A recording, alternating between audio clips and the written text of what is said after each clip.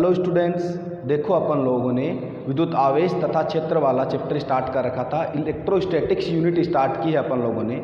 तो पिछली क्लास में आप लोगों को जनरल इंट्रोडक्शन बताया था उस चैप्टर के बारे में, और अपन लोगों ने देखा था कि विद्युत आवेश क्या होता है, ठीक है, और विद्युत आवेश की इलेक्ट्रॉन सिद्धांत से व्याख्या की थी, ठीक है। आज जो अपन पढ़ेंगे बच्चों, देखो मैंने कल आप लोगों को बताया था कि आवेश है उसका नामकरण कैसे किया गया, उसका नामकरण किसने किया, धनावेश ऋणावेश किसने बताया कि आवेश दो प्रकार के होते हैं। क्योंकि जैसे मान लो कि कल वो अपन ने उसका इतिहास देखा था, हिस्ट्री देखी थी उसकी, या उसकी खोज कैसे हुई थी, उत्पत्ति अपन ने देखी थी विद्युत आवेश की।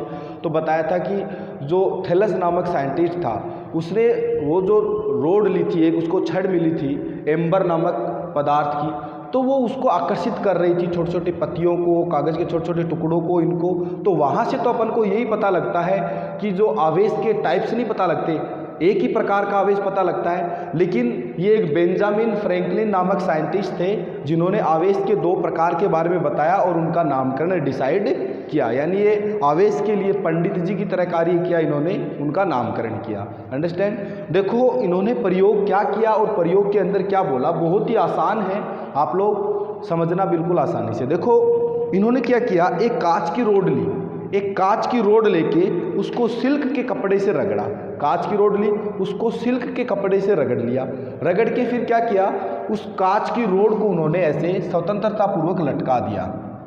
एक कांच की रोड ली, उसको सिल्क के कपड़े से रगड़ा, फिर उसको ऐसे स्वतंत्रता पूर्वक उन्होंने लटका दिया, ऐसे यहाँ ऐसे इन्होंने उस कांच की रोड को, ये क्या है बच्चों, कांच की रोड है, कांच की छड़ है। इस कांच की छड़ को इन्होंने क्या किया, स्वतंत्रता पूर्वक लटका दिया। इन्होंने माना कि इस पर जो चार्ज आया बच्चों वो प्लस चार्ज आया। क्यों? क्योंकि बच्चों जो इसका कार्य फलन की वैल्यू है, कांच की जो छड़ है इसके लिए कार्य फलन का जो मान है वो रेशम का जो कपड़ा इन्होंने लिया उससे कम है। कम होने से ये क्या करेगा, इलेक्ट्रॉनों का त्याग कर देगा, और वो इलेक्ट्रॉन कौन ग्रहण कर लेगा, रेशम का जो कपड़ा है वो ग्रहण कर लेगा, और ये क्या हो जाएगी बच्चों, धनावेशित हो जाती है, ठीक है। फिर उन्होंने एक दूसरी कांच की छड़ ली और इस किसी दूसरे रेशम के कपड़े से, उसी रेशम के कपड़े से नहीं रगड़ना है, कोई दूसरा रेशम का कपड़ा लेना है, और उससे क्या किया, उन्होंने उस कांच की छड़ को रगड़ा, वापिस से दूसरी कांच की छड़ को उन्होंने उससे रगड़ के, उससे रब करके, और यहाँ ऐसे इसके पास में लेके आए, दोनों कांच की छड़ को क्या किया, फिर ऐसे पास में लेके आए, ठीक है। इस पे भी प्लस चार्ज आएगा। क्यों आया इस पर प्लस चार्ज? क्योंकि बच्चों सेम ही प्रोसेस है, पूरी सेम ही प्रक्रिया हो रही है। कांच की छड़ ली है अपन ने और उसको रेशम के कपड़े से रगड़ा है, और सेम ही प्रक्रिया कर रहे हैं, तो इस पर भी क्या आएगा बच्चों, प्लस चार्ज ही आएगा, वही कार्य फलन वाली बात। तो इस पर भी प्लस चार्ज आएगा। तो जब इन दोनों को अपन एक दूसरे के पास में लेके आते हैं, जब इन दोनों को एक दूसरे के पास में लेके आते हैं, तो ये क्या होती है, एक दूसरे को प्रतिकर्षित करती है। क्या करती है बच्चों, एक दूसरे को प्रतिकर्षित करती है, ठीक है। तो पहला प्रेक्षण यही था। प्रेक्षण नंबर फर्स्ट इन्होंने देखा कि जब एक कांच की छड़ को एक रेशम के कपड़े से रगड़ा जाता है और उसको स्वतंत्रता पूर्वक लटका दिया जाए, तथा दूसरी कांच की छड़ को किसी दूसरे रेशम के कपड़े से रगड़कर उस पहले वाले के पास में लेके जाते हैं, तो वो दोनों एक दूसरे को प्रतिकर्षित करती है।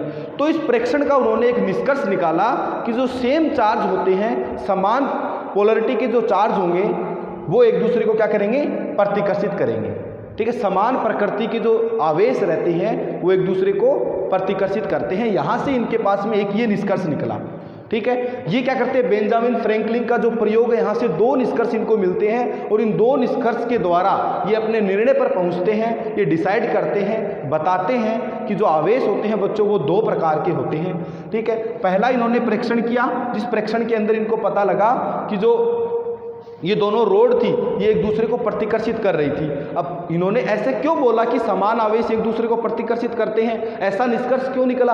क्योंकि बच्चों आपको पता है कि जब एक कांच की रोड को एक रेशम के कपड़े से रगड़ा था तो वो कांच की छड़ थी वो विद्युतमय हो गई थी, यानी उस पर आवेश आ गया था, ठीक है। फिर दूसरी कांच की छड़ थी, उसको भी रेशम के कपड़े से रगड़ा था, किसी दूसरे रेशम के कपड़े से, तो उस पर भी चार्ज आ गया था, यानी वो भी विद्युतमय हो गई थी, ठीक है। अब जब इन दोनों को एक दूसरे के पास में लेके गए तो वो एक दूसरे को प्रतिकर्षित कर रही थी। अब देखो सेम प्रोसेस है तो इन पर सेम चार्ज आएगा, सेम चार्ज आएगा। तो यहाँ पर ये एक दूसरे को प्रतिकर्षित कर रही थी और ये अपन को पहले से पता है कि इन पर सेम चार्ज है। अभी ये नहीं पता कि कौन सा चार्ज है, प्लस है कि माइनस, उन पर सेम चार्ज है, दोनों पर ही सेम आवेश होगा, सेम चार्ज होगा, समान आवेश होगा।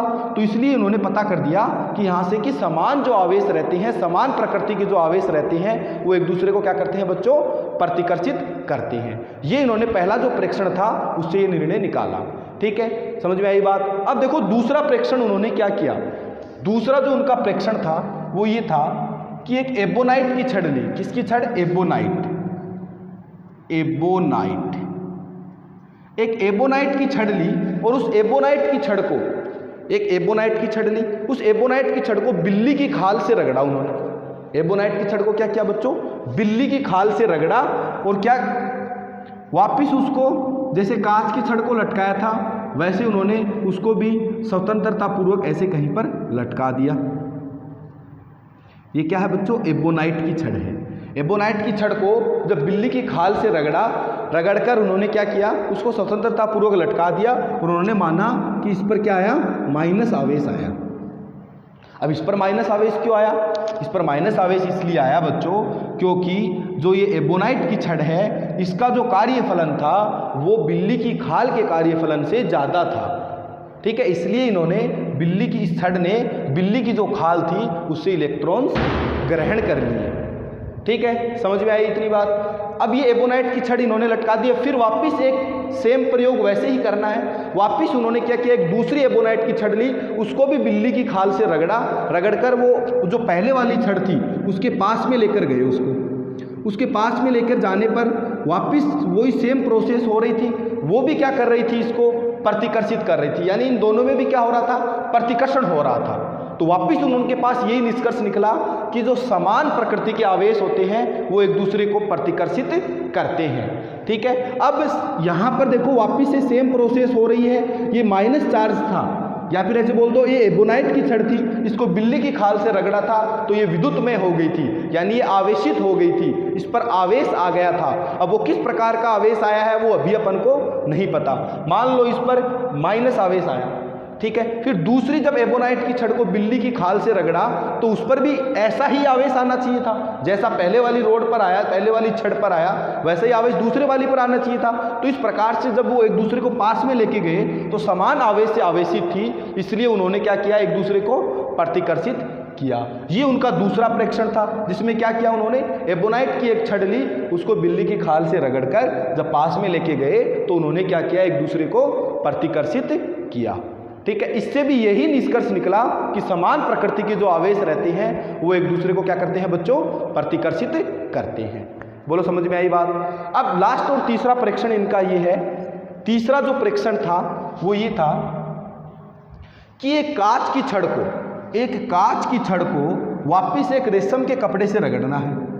कांच की छड़ को क्या किया बच्चों, रेशम के कपड़े से रगड़ा और रगड़ के ऐसे स्वतंत्रता पूर्वक लटका दिया। अब कांच की छड़ पर तो प्लस चार्ज आएगा, कांच की छड़ पर तो प्लस चार्ज आएगा। अब ऐसे इन्होंने क्या किया, इसको स्वतंत्रता पूर्वक लटका दिया। फिर क्या किया बच्चों, एक एबोनाइट की छड़ ली और उसको बिल्ली की खाल से रगड़कर इसके पास में लेके गई। दूसरी किसकी छड़ लेनी है वापिस से, एबोनाइट की छड़। एबोनाइट की छड़, एबोनाइट की छड़ को जब वापस से कांच की छड़ के पास में लेके गए तो देखा ये एक दूसरे को अट्रैक्ट कर रही थी, यानी एक दूसरे को क्या कर रही थी, आकर्षित कर रही थी। ठीक है, तो इन्होंने देखा ये क्या हुआ, पहले जब अपन ने दो प्रेक्षण किए इन्होंने तो वो एक दूसरे को प्रतिकर्षित कर रही थी। फिर जब तीसरा प्रेक्षण इन्होंने सोचा कि ऐसा भी करके देखते हैं, जब इन दोनों को पास में लेके आते हैं तो क्या होता है। उनके दिमाग में बात आई कि जब कांच की छड़ को कांच की छड़ के पास में लेके जा रहे थे तो प्रतिकर्षित कर रही थी, एबोनाइट की छड़ को एबोनाइट की छड़ के पास में लेके जा रहे थे तो भी प्रतिकर्षित कर रही थी। अब ऐसा करते हैं, इन दोनों छड़ को ही एक दूसरे के पास में लेके जाते हैं, कांच की छड़ को रेशम के कपड़े से रगड़कर और एबोनाइट की छड़ को बिल्ली की खाल से रगड़कर, इन दोनों को ही एक दूसरे के पास में लेके जाते हैं तो क्या होता है। तो इन्होंने देखा कि ये जो दोनों छड़ थी ये एक दूसरे को आकर्षित कर रही थी, यानी इनके बीच में जो फोर्स लग रहा था बच्चों वो अट्रैक्शन फोर्स लग रहा था। ठीक है, आकर्षण का बल लग रहा था। तो इन्होंने इनसे निष्कर्ष निकाला कि इन दोनों पे अलग अलग आवेश हो सकता है, क्योंकि ये दोनों ही अलग अलग प्रोसेस है। यानी एक में तो क्या किया, कांच की छड़ है उसको रेशम के कपड़े से रगड़ना है, दूसरी एबोनाइट की छड़ है उसको बिल्ली की खाल से रगड़ना है। तो ये दोनों को एक दूसरे को आकर्षित कर रही थी। तो उन्होंने निष्कर्ष निकाला कि यहाँ से कि जो विपरीत प्रकृति के जो आवेश होते हैं बच्चों, वो क्या करते हैं, एक दूसरे को प्रतिकर्षित करते हैं। तो इन 3 निष्कर्ष के द्वारा ये इस डिसीजन पर पहुंचे, इन्होंने ये डिसीजन लिया कि जो आवेश होते हैं बच्चों वो 2 प्रकार के होते हैं, जिनमें से एक को इन्होंने धनावेश बोला और एक को क्या बोला, ऋणावेश बोला। ठीक है, तो यहाँ से इन्होंने क्या किया, इस प्रकार से आवेश के 2 प्रकार बताए कि धनावेश और ऋणावेश, यानी धनात्मक आवेश और ऋणात्मक आवेश। बोलो बात समझ में आई? क्या बच्चों समझ में आ गया बेंजामिन फ्रैंकलिन का प्रयोग? क्या प्रयोग किया उन्होंने? 3 परीक्षण किए और उनके पास में 2 निष्कर्ष निकले। उन निष्कर्ष के आधार पे उन्होंने क्या कर दिया, ये डिसीजन दे दिया कि जो आवेश होते हैं वो 2 प्रकार के होते हैं। ठीक है, एक बार वापस से आप लोग फटाफट आप लोगों को थोड़ा सा बता देता हूँ इसके बारे में।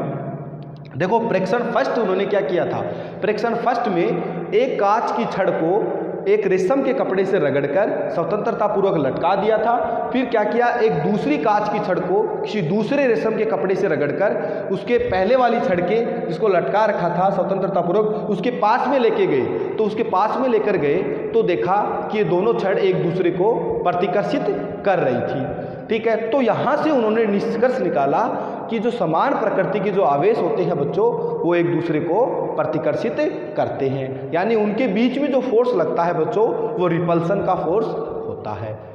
समझ में आई बात? ये पहला निष्कर्ष निकाला उन्होंने। ठीक है, फिर उसके बाद में क्या किया, दूसरे परीक्षण के अंदर, दूसरे ऑब्जर्वेशन के अंदर उन्होंने देखा कि जब एक एबोनाइट की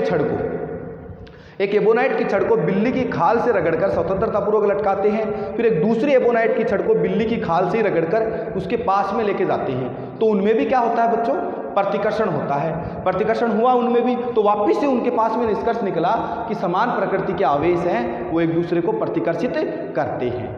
ठीक है, फिर वापस क्या किया, जो कांच की छड़ थी और एक एबोनाइट की छड़ थी, उनके दिमाग में ये बात चली कि जब ये एक दूसरे को प्रतिकर्षित कर रही है तो क्या होगा अगर अपन इन दोनों छड़ को ही एक दूसरे के पास में लेके आते हैं, इन दोनों को एबोनाइट की छड़ को और कांच की छड़ को एक दूसरे के पास में लेके आते हैं तो क्या होगा। उनके मन में एक जिज्ञासा उठी, तो उन्होंने क्या किया, एक कांच की छड़ को रेशम के कपड़े से रगड़ा और एक एबोनाइट की छड़ को क्या किया, बिल्ली की खाल से रगड़कर पास में लेके गए, तो वो एक दूसरे को आकर्षित कर रही थी। तो उन्होंने सोचा कि ये इन दोनों पर अलग अलग आवेश हो सकता है, क्योंकि ये दोनों अलग अलग प्रक्रिया है। ठीक है, प्रक्रिया से गुजरे हैं, तो इसलिए उन्होंने यहाँ से निष्कर्ष निकाल दिया कि समान प्रकृति के आवेश क्या होते हैं, आकर्षित करते हैं। और आवेश 2 प्रकार के होते हैं, धनावेश और ऋणावेश। बोलो समझ में आ गई बात? उसके बाद में एक नेक्स्ट अपना जो टॉपिक है बच्चों, बहुत ही छोटा सा टॉपिक है, थ्योरी का टॉपिक है, इसी से अपन लोग समझ लेते हैं। वो जो टॉपिक है बच्चों वो अपना है घर्षण विद्युत की व्याख्या। घर्षण विद्युत की व्याख्या, घर्षण विद्युत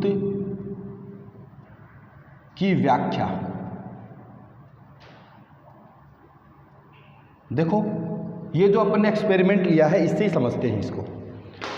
देखो बच्चों, जब एक कांच की छड़ थी उसको रेशम के कपड़े से रगड़ा था तो क्या प्रक्रिया हुई थी, उसमें प्रक्रिया ये हुई थी बच्चों, जब कांच की छड़ को रेशम के कपड़े से अपन लोगों ने घर्षण कर रहे थे, उससे रगड़ रहे थे, तो क्या था, कांच की जो छड़ थी उसका कार्यफलन कम होने के कारण उससे इलेक्ट्रॉन निकले, और इलेक्ट्रॉन निकले यानी उसने क्या किया, इलेक्ट्रॉनों का त्याग किया, और ये जो रेशम का कपड़ा था इन्होंने इलेक्ट्रॉनों को ग्रहण किया। तो इसलिए कांच की जो छड़ थी बच्चों वो तो क्या हो गई थी, जो कांच की छड़ थी वो तो धनावेशित हो गई थी, और जो रेशम का कपड़ा था बच्चों वो क्या हो गया था, ऋणावेशित हो गया था।